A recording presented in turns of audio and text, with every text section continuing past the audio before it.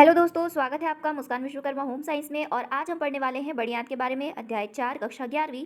और अध्याय का नाम है बड़ियात पाचन संस्थान, सॉरी। तो आज हम पढ़ने वाले हैं बड़ियात के बारे में। बड़ियात की लंबाई लगभग 1.5 मीटर होती है।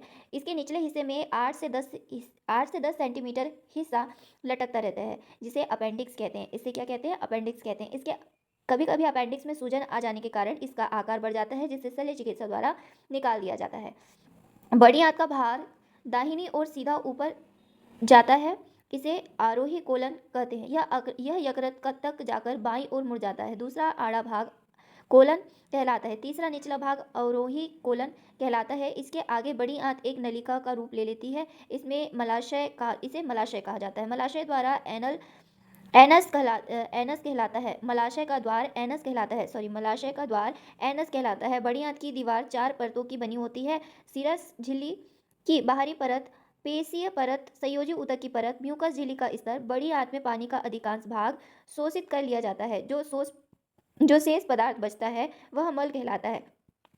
बड़ी आंत में बचे हुए अवशिष्ट पदार्थ का गाढ़ा मल तैयार होता है। भोजन के सेल्यूलोज जैसे अपचित पदार्थ भी इसमें होते हैं। कुछ कीटाणुओं की क्रिया के कारण मल में दुर्गंध उत्पन्न हो जाती है। कुछ विशेषज्ञों का मानना है कि कीटाणु अधपचे रेशे पर अपनी क्रियाओं द्वारा विटामिन के तथा विटामिन बी का निर्माण करते हैं। इन विटामिनों का अवशोषण भी बड़ी आंत में होता है। आंत के स्नायुओं के अंकुचन के कारण मल आगे ढकेला जाता है और शरीर के बाहर फेंक दिया जाता है। कभी कभी आमाशय और आंत में संकुचन प्रसारण की क्रिया मंद हो जाती है। ऐसी स्थिति में कब्ज हो जाता है।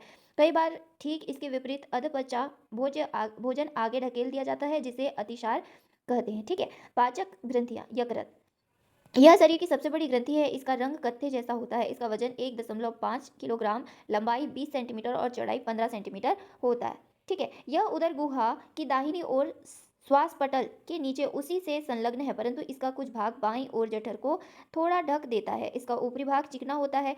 यकृत एक खड़ी कोष्ठ दरार से 2 भागों में बटा रहता है। यह अष्टकोण आकार की पेशियों से बना होता है। इन दोनों भागों के बीच में नीचे की ओर बैगन के समान आकार की स्नायु की थैली रहती है, जिसे पित्ताशय कहते हैं। इस थैली में यकृत में तैयार हुए पित्त इकट्ठा किए जाते हैं। यकृत की छोटी नलिकाओं से पित्तरस एक यकृत नली में जाता है और पित्ताशय में इकट्ठा होता रहता है।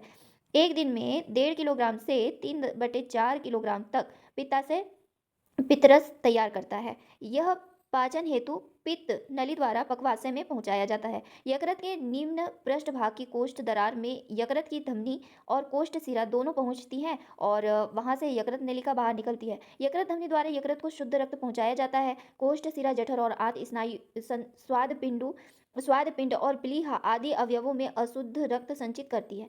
इसमें भोजन रस भी रहता है। इन दोनों रक्तवाहिनियों के यकृत में जाने पर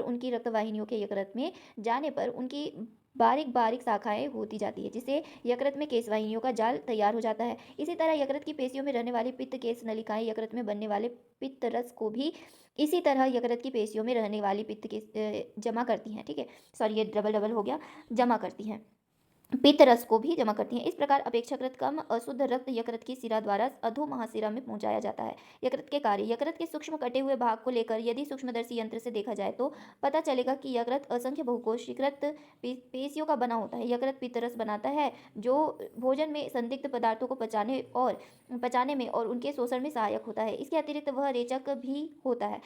दूसरा है पाचन इंद्रियों द्वारा शोषण की गई ग्लूकोज नामक शर्करा कोष्ठ शिरा से यकृत में जाती है। उसमें यकृत ग्लाइकोजन नामक पदार्थ बनाता है। तब ग्लाइकोजन यकृत में भी जमा रहता है। जब भी शरीर को उष्णता व शक्ति की जरूरत होती है, तब ग्लाइकोजन से पुनः ग्लूकोज बनाकर रक्त मार्ग द्वारा शरीर को पहुंचाया जाता है। शरीर के विभिन्न घटक पेशियां नाइट्रोजन युक्त पदार्थों से बने होते हैं। जब वे नष्ट हो जाते हैं, तब उनमें से मूत्रीय और मूत्राम्ल नामक अवशिष्ट पदार्थ यकृत ही बनाता है। ये पदार्थ त्वचा और मूत्र पिंड के मार्ग से रक्त से बाहर निकलते रहते हैं। चौथा है, यह भोजन के साथ आंत में पहुंचे हुए विषैले पदार्थ को नष्ट कर देता है। पांचवा है, यह लौह तत्वों का संग्रह कर रक्त के लाल कण एवं हीमोग्लोबिन के निर्माण में सहायता होती है। ठीक है। छठवा है, यह यकृत भोजन के कैरोटीन पीले पदार्थ से जीवन तत्व तथा विटामिन ए और सूर्य की किरणों से विटामिन डी के निर्माण में सहायक होता है। सातवां है यकृत पित्त रस बनाता है जो चिकने पदार्थ के पचने में मदद करती है। आठवां है यह ग्रहणी में भोजन को सड़ने से रोकता है। नौवां है यह हिपेरिन का स्रावण करता है जिससे रक्त वाहिनियों में जमता नहीं है। अग्नाशय अग्नाशय के बारे में पढ़ेंगे। अग्नाशय एक मिश्रित कोशिका रेसिमोज ग्रंथि होती है। यह ग्रंथि अमाशय के नीचे पिछली ओर आड़ी स्थित होती है और इसकी लंबाई करीब 15 सेंटीमीटर और चौड़ाई अधिकतम 4 सेंटीमीटर तक। ग्रंथि को कोमल ग्रंथि में भी कहते हैं। ठीक है, इस ग्रंथि को क्या कहते हैं? कोमल ग्रंथि नहीं, क्लोम ग्रंथि भी कहते हैं। अग्नाशय रस यह रस क्षारीय तथा पानी के समान पतला और रंगहीन होता है। इसमें 3 पाचक द्रव्य होते हैं। पहला है एमिलॉप्सिन के कारण कार्बोज पदार्थ माल्टोज शर्करा में परिवर्तित होता है। ट्रिप्सिन की क्रिया प्रोटीन पदार्थ पर होती है जो पेप्टोन को पेप्टाइड और एमिनो एसिड में बदल देती है।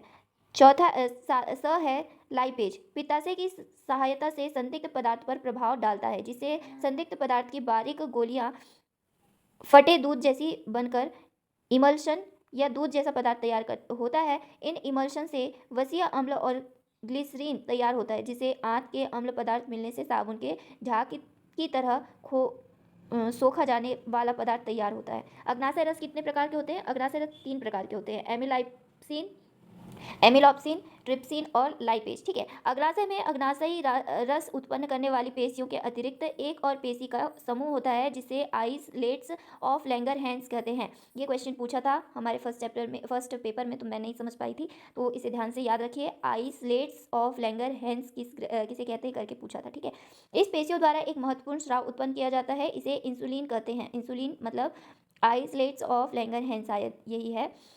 ये कार्बोहाइड्रेट की चयापचय की क्रियाओं पर नियंत्रण रखती है। इसके अभाव में व्यक्ति मधुमेह रोग का शिकार हो जाता है। इंसुलिन अग्नाशय में रहने वाली केश वाहिनियों तथा रस वाहिनियों द्वारा शोख कर रक्त में मिला दिया जाता है। ठीक है, अब पढ़ेंगे पित्ताशय। ठीक है, पित्ताशय यकृत से नीचे के तल पर बल्ब के समान आकृति की करीब 4 इंच की थैली रहती है जिसे यकृत के से निचला पित्त एकत्र होता है। पित्तरस यह एक क्षारीय हरे पीले रंग का कड़वा पदार्थ है। यह यकृत में तैयार होता है, वह पित्त नलिका द्वारा पक्वाशय में पहुंचाया जाता है।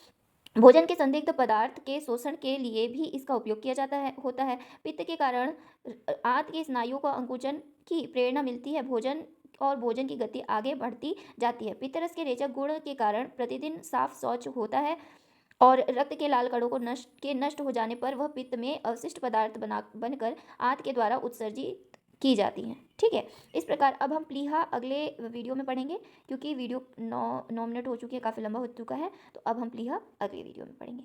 वीडियो में अंत तक बने रहने के लिए थैंक यू। और कैसा लग रहा है वीडियो जरूर बताइए। अगर कुछ मिस्टेक हो रही है, अगर कुछ आपको ऐसा लग रहा है इस चीज़ को सुधारने की ज़रूरत है तो मुझे कमेंट करके बताइए, मैं ज़रूर सुधारने का प्रयास करूँगी और जितना अच्छे से अच्छा हो सके आप लोग को पढ़ाने का प्रयास करूँगी। Thank you.